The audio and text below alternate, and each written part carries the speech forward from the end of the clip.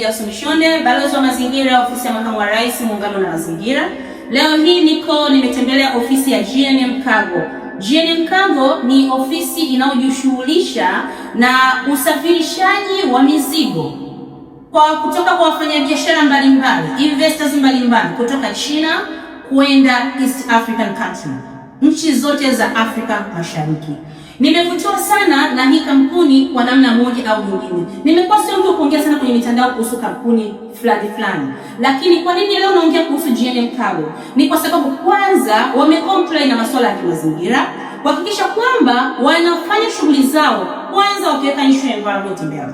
Lakini cha pili ni namna ambavyo wamejipanga kuweka system bora ya ufanyaji kazi ili kuhakikisha tu sio kwamba wanamkidhi haja ya mteja, lakini pia wanahakikisha wanaweka kipaumbele kwa Watanzania.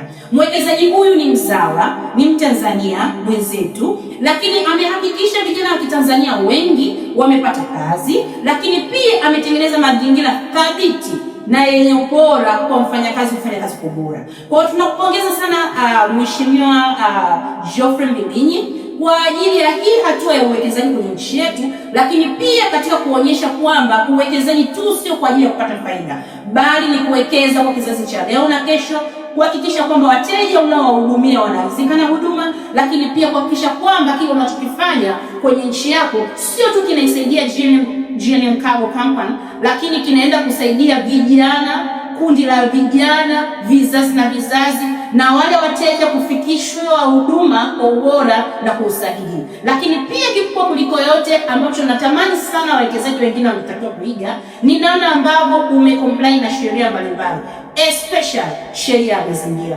Hongera sana GNM Cargo, hongera sana GNM Cargo team, na hongereni sana wale wote ambao mnaendeleza jabali la bahari kuwa ni moja ya njia inayoendana na slogan yake. Asanteni sana.